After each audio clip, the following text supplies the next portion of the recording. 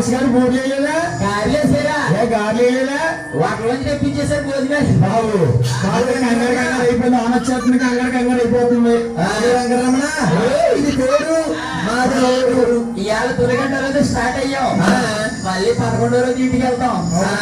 ఆయన వెంకటరమణ నేను అంటలేదు నాయన, మా మనల్ని తిట్టేసుకుంటున్నాం మేము. ఆయన వెంకటరమణ నాయన